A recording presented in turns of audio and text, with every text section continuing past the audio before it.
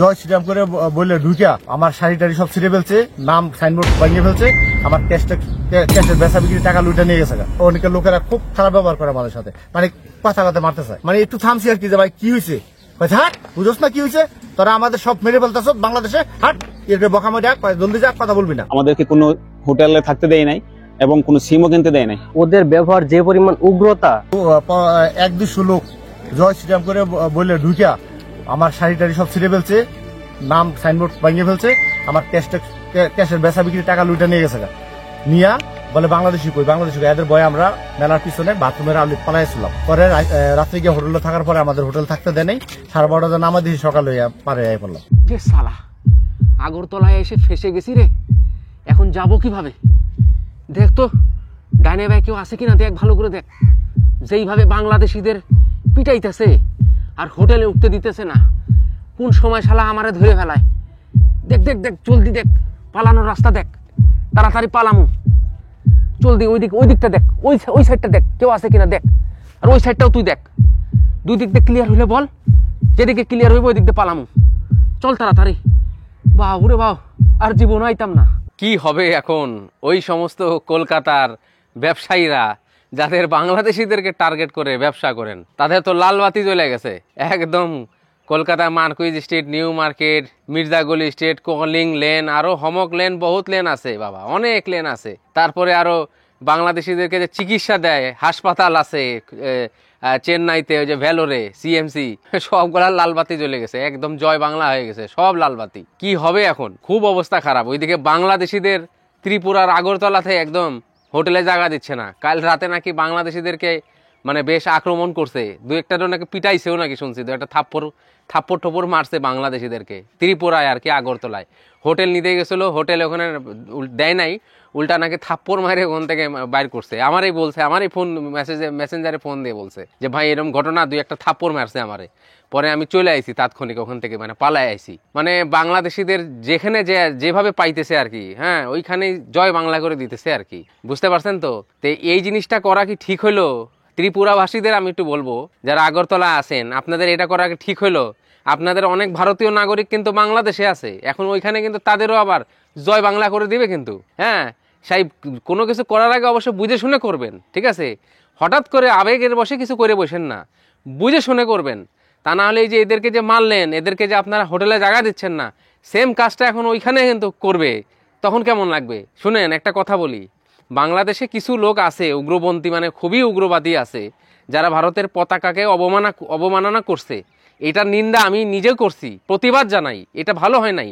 দেশের পতাকা মানে হলো দেশের মা, দেশের পতাকা মানে হলো দেশের একটা মাতা, তাকে সবাই আমরা প্রণাম করি। যেমন আমরা জাতীয় সঙ্গীত যখন গাই তখন কি করি? এইভাবে শ্রদ্ধা করি, এইভাবে স্টেটভাবে দাঁড়ায় যাই, তাই না? তো এই জিনিসটাকে বাংলাদেশের বুয়েটের যে প্রকৌশল যে বিশ্ববিদ্যালয় আছে, সেইখানে যে পতাকাটার উপরে যে ওরা জুতার রাইখা যায়, এদিক যাইতেছে, ওই মানে ভিতরে ঢুকতেছে, আবার ওখান থেকে বাইরে আসতেছে। তো এটা অনেক খারাপ কাজ করছে, নিন্দা আমিও জানাই। তো এর পরিপ্রেক্ষিতে আপনারাও তো মানে বাংলাদেশের পতাকাকে জ্বালাইছেন, কলকাতার ওই যে বাংলাদেশ হাই কমিশনের সামনে পতাকা জ্বালাইছেন, তাই না? ওটা জ্বালাইছেন। তারপরে এখন ত্রিপুরায় আগরতলা বাংলাদেশ হাই কমিশন তো ভাঙচুরি করে ফেলছেন জয় বাংলা, ওইখানে ভিতরে ঢুকে আপনারা জয় বাংলা করে দিচ্ছেন। তারপরে হলো বাংলাদেশিদের কোনো হোটেলেই জায়গা দিচ্ছেন না, দুই এক জায়গায় নাকি থাপ্পড়ও দিছেন, মাইরও দিছেন, আমি শুনছি, খবর পাইছি ভাই, দুই এক জায়গায় মাইরও দিছেন। আর একটা জিনিস দেখলাম, সেটা হলো যে ওই যে একটা লোকের শাড়ি ছিঁড়ে ফেলছে আর কি। জয় শ্রীরাম করে বললে ঢুকিয়া আমার শাড়ি টাড়ি সব ছিঁড়ে ফেলছে, নাম সাইনবোর্ড ভাঙিয়ে ফেলছে, আমার ক্যাশের বেচা বিক্রি টাকা লুটে নিয়ে গেছে।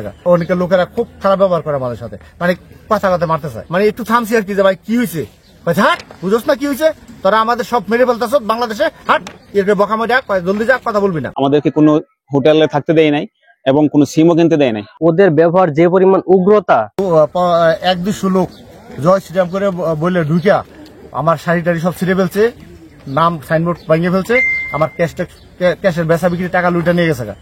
নিয়া বলে বাংলাদেশি কই, বাংলাদেশি কই, এদের ভয়ে আমরা মেলার পিছনে বাথরুমের আউলি পালাইছিলাম। পরে রাত্রে গিয়ে হোটেলে থাকার পরে আমাদের হোটেল থাকতে দেয় নাই।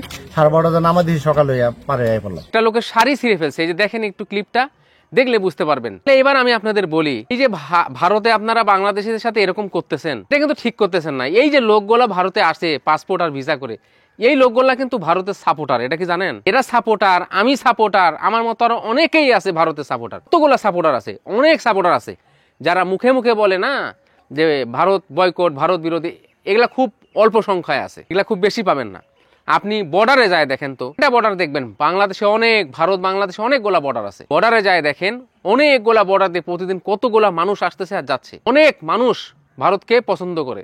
এই কয়েকটা মানুষের জন্য আপনারা এই বাংলাদেশিদেরকে হোটেলে জায়গা দিচ্ছেন না, এদেরকে পিটাচ্ছেন, হাই কমিশনে আক্রমণ করতেছেন।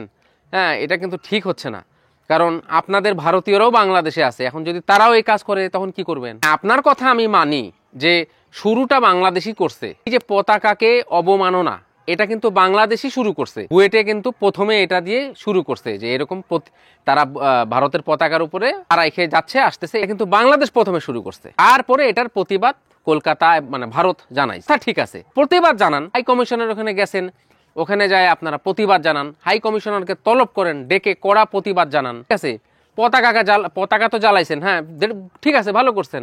আপনাদের ভারতের পতাকাও তো ওখানে অবমাননা করছে, তার প্রতিশোধ হিসাবে পতাকা জ্বালাইছেন। কিন্তু ওই যে হোটেলে যে জায়গা দিচ্ছেন না, এটা তো একটু বেশি হয়ে গেল আমার কাছে মনে হচ্ছে। কারণ এই লোকগুলা তো ভারতকে পছন্দ করে, এই লোকগুলা তো আপনাদের ভালোবাসে, এই লোকগুলার সাথে তাহলে এমন কেন করতেছেন? এটা তো ঠিক হচ্ছে না, এটা কিন্তু অতিরিক্ত হয়ে যাচ্ছে। বাবা, জয় বাংলা হয়ে গেছে, যে বলতে বলতে দেখি আমারই জয় বাংলা হয়ে গেছে, আর মাথার উপর যে টুপি এটাই পড়ে গেছে। যাই হোক, আমারই জয় বাংলা হয়ে যাইতেছে। এবার আমার একটা প্রশ্ন, আমার যেহেতু এই যে জয় বাংলা হয়ে গেল, এখন আমি যদি আগরতলায় আসি এখন এজ এ বাংলাদেশ নাগরিক হিসাবে, আমাকে কি জায়গা দিবেন? মনে হতে হয় না, আমাকেও মনে হয় আপনারা জয় বাংলা করে দিবেন। আমি আসলে আমাকেও পিটাবেন, এই তো মনে হচ্ছে। এটা তো ঠিক হবে না, কারণ ভাই আমরা তো ভারতকে পছন্দ করি, আমরা তো এই বিষয়গুলো যারা পতাকার অবমাননা করছে তাদের প্রতিবাদ করছি, ভারতকে সাপোর্ট করছি, তাহলে কেন আপনারা আমাদেরকে জয় বাংলা করবেন? এটা বেশি হয়ে যাচ্ছে। এটা করলে এই সমস্যাটা আরো বাড়বে। বাংলাদেশে যারা আছে না ভারতের নাগরিক, তাদের জয় বাংলা করে দিবে কিন্তু।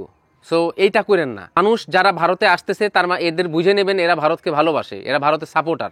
যারা ভারত বিরোধী, তারা ভারতকে পছন্দ করে না, তারা ভারতে আসেও না। এখানে যায় ওরা পাসপোর্টই বানায় নাই, ওদের ঘরে পাসপোর্টই নাই, ওরা আসবে কি? এই হলো বিষয়, বুঝছেন তো? এটা বাড়াবাড়ি আর করেন না। আমরা কিন্তু চাই ভারত বাংলাদেশ মিলেমিশে থাকতে। আমি এখনো বিশ্বাস করি ভারত বাংলাদেশের সাথে সুসম্পর্ক রাখবে, বাংলাদেশের সুসম্পর্ক রাখবে। ভারতের হাই কমিশনারকে কিন্তু তলব করছে বাংলাদেশ পররাষ্ট্র মন্ত্রণালয়। হাই কমিশনার বলছে যাই হোক না কেন ভারত বাংলাদেশের সাথে সুসম্পর্ক করবেই। আমিও চাই এটা, এই মানে দোয়া করি জানি এটা হয়ে যায়, এটা জানি হয়ে যায়, বাস্তবতা দেখতে চাই দুই দেশের মধ্যে সম্পর্ক। ভারতের কিছু মিডিয়াকে আমি একটু সাজেশন দিতে চাই আর কি, বাংলাদেশে একটু ঘুরে আসুন। হ্যাঁ, একটু বাংলাদেশটা ঘুরে আসে দেখেন কি অবস্থা। শুধু ভিত্তিহীন তথ্য ছড়ায়েন না, একটু জায়গায় ঘুরে আসেন, পরে বুঝতে পারবেন। এখান থেকে আপনারা যেভাবে বলতেছেন মনে হচ্ছে বাংলাদেশে কিয়ামত হচ্ছে, 10 মাত্রার ভূমিকম্প হচ্ছে, এমন ভাবে উপস্থাপনা করতেছেন। বিষয়টা এমন না, বাস্তবে একটু যায় দেখে আসেন। ওখানে যাকে গ্রেপ্তার করেছে সে অন্যায় করেছে, তাকে গ্রেপ্তার করেছে, ঠিক আছে? এটা নিয়ে আপনারা কেন এরকম করতেছেন? আপনার দেশে যদি কেউ গ্রেপ্তার হয় মুসলিম নেতা, তাহলে বাংলাদেশ কি কখনো প্রতিবাদ দেয় যে ওকে ধরছেন কেন? না তো, না কেন দিচ্ছেন আপনারা? দেশের রাজনীতি, বাংলাদেশের রাজনীতি, ওকে ওর মতো থাকতে দেন না। বাংলাদেশের মতো রাজনীতি করুক, যেভাবে ইচ্ছা করুক, কিন্তু হ্যাঁ, কোনো হিন্দু সংখ্যালঘুদের আক্রমণ করবে এরকম কাজ আমরা চাই না, এটাকে আমরা সাপোর্ট করব না। আমরা এমন দেখতে চাই কেউ হিন্দু মুসলিম নাই বাংলাদেশে, সবাই বাংলাদেশি, ওইভাবে ভাই ভাই হিসাবে থাকবে। ওরা ভালোভাবে থাকুক, এটাই চাই। আর বাংলাদেশ আর ভারতের মধ্যে আবারও যেন সুসম্পর্ক গড়ে ওঠে। এই ছিল আজকের ভিডিও, দেখা হচ্ছে নেক্সট ভিডিওতে।